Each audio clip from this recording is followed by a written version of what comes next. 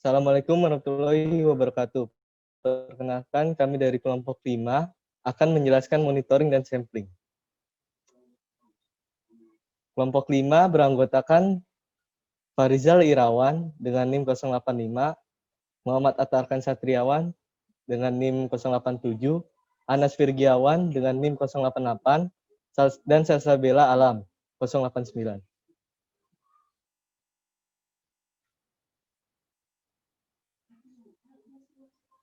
Yang pertama yaitu monitoring.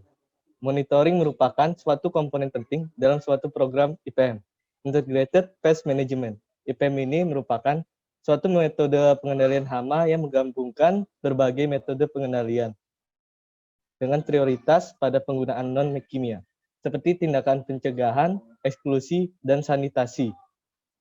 Hasil monitoring akan memberikan informasi tentang populasi hama, lokasi, dan kondisi yang mendukung pertumbuhan hama.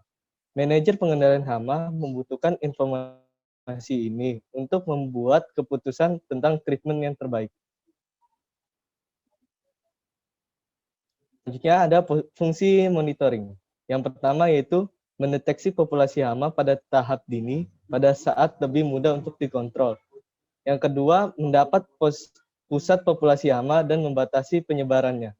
Yang ketiga, menilai besarnya populasi hama dan kerusakan yang ditimbulkannya.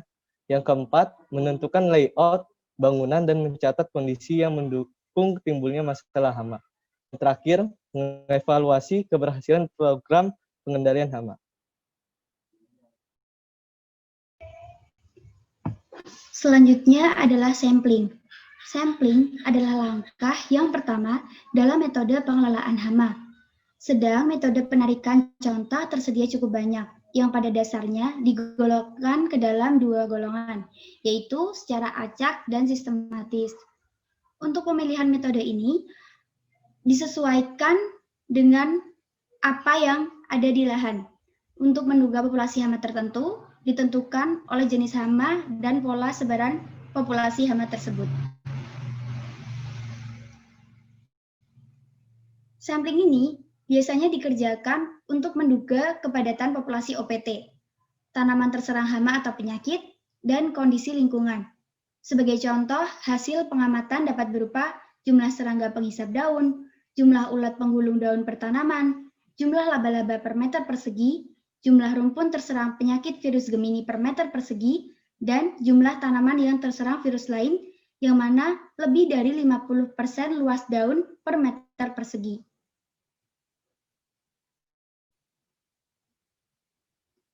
Berikut ini adalah bagan hubungan antara pengambilan sampel dan program pemantauan atau monitoring. Jadi yang pertama, itu ada ekosistem pertanian. Ekosistem pertanian itu dapat dikatakan juga seperti lahan pertanian, di mana di situ banyak tanaman budidaya yang sedang dibudidayakan oleh petani. Kemudian, petani akan melakukan pemantauan terhadap lahan yang sedang ditanami tanaman budidaya. Dari pemantauan tersebut akan dilakukan analisis ekonomi. Di analisis ekonomi tersebut ada kriteria apakah OPT yang ada pada lahan itu akan menimbulkan kerugian atau belum menimbulkan kerugian. Kemudian nanti akan diputuskan pada tahap selanjutnya yaitu pengambilan keputusan. Apabila OPT yang terdapat pada ekosistem pertanian tersebut sudah mencapai kerugian, maka nanti akan dilakukan tindakan pengelolaan yang disesuaikan dengan kerugian seperti apa yang terjadi pada ekosistem pertanian tersebut.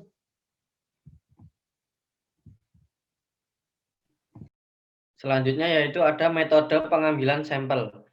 Cara untuk memperoleh data tentang kepadatan populasi serangga yang diamati, ukuran kepadatan populasi suatu serangga yang biasa digunakan adalah dalam bentuk jumlah individu per suatu satuan luas permukaan tanah. Data ini dapat digunakan untuk menghitung atau menduga beberapa jumlah individu yang ada pada suatu daerah pengamatan. Terdapat 3 metode pokok dalam pengambilan sampel. Yang pertama yaitu metode mutlak, yang kedua yaitu metode nisbi, yang ketiga yaitu indeks populasi. Metode mutlak yaitu data yang didapat merupakan angka pendugaan kepadatan populasi dalam bentuk jumlah individu per satuan unit permukaan tanah atau habitat serangga yang kita amati.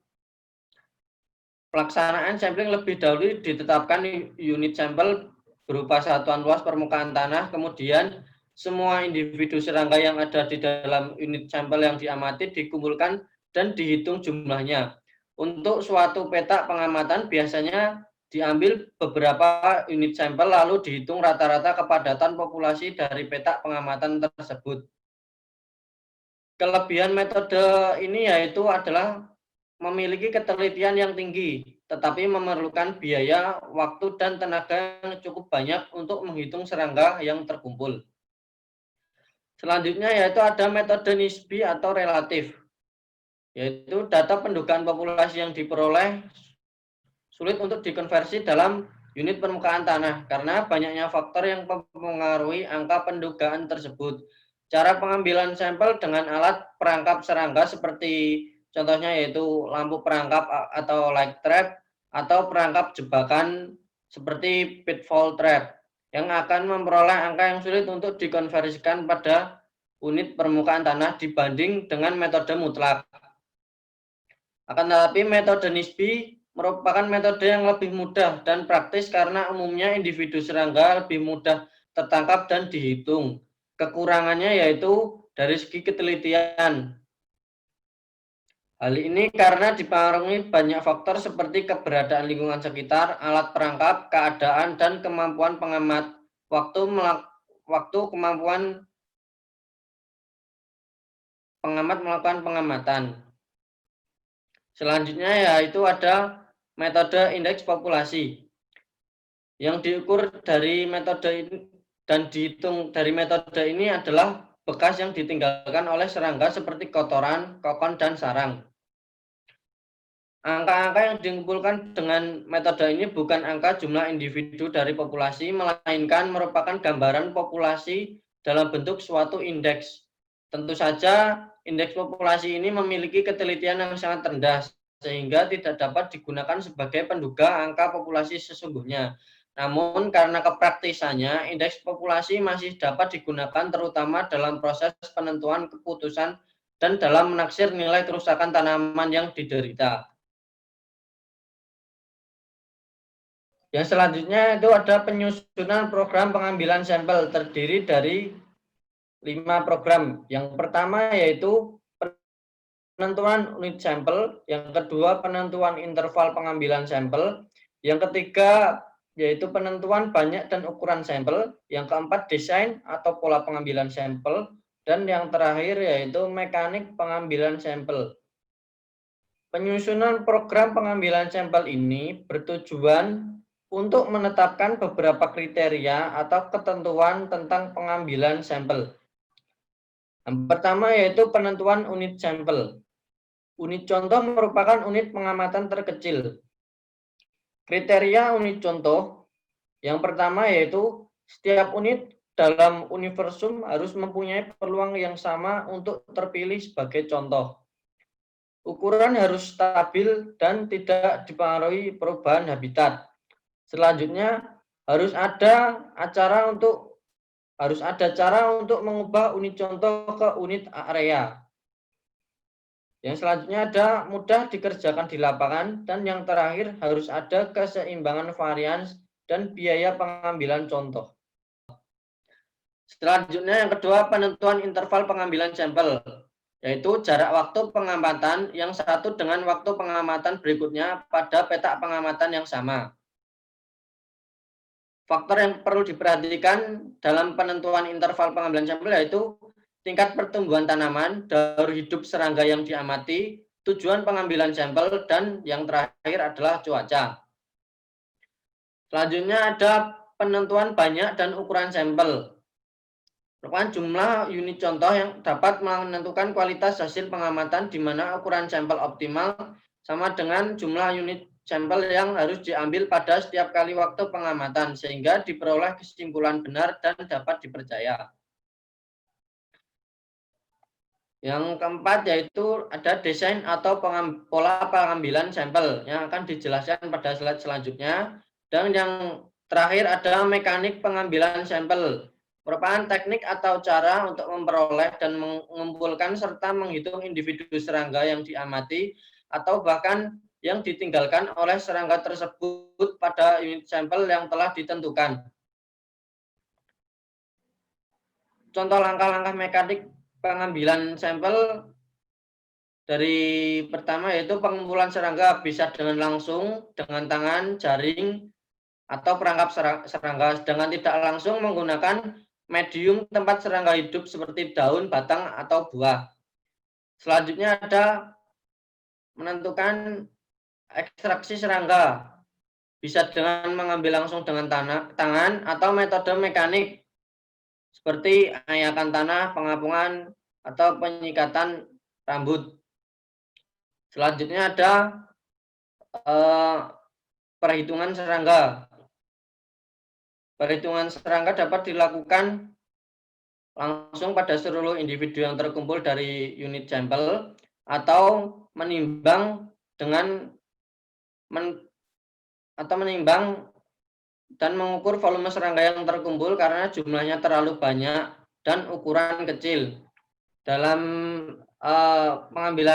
dalam menimbang ini perlu dilakukan konversi dari unit volume menjadi unit individu.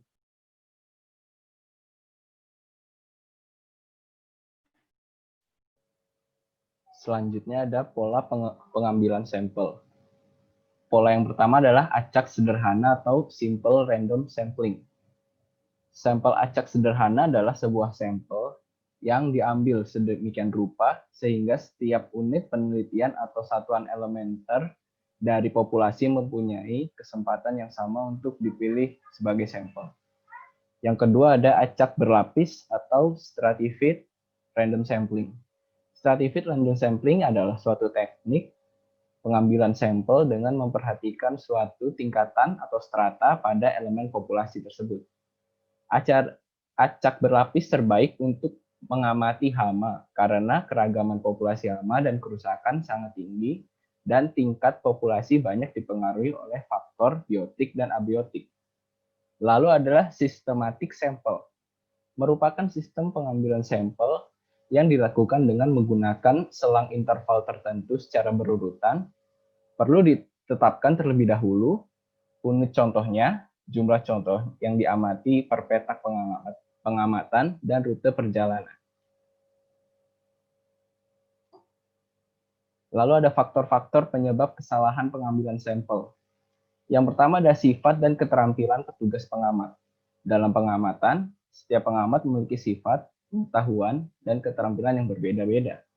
Hal ini menyebabkan munculnya kesalahan yang tidak dapat dihindari. Diperlukan pelatihan khusus dan membuat buku petunjuk dan standarisasi tabel pengamatan sehingga mempermudah petugas dan petani pengamat.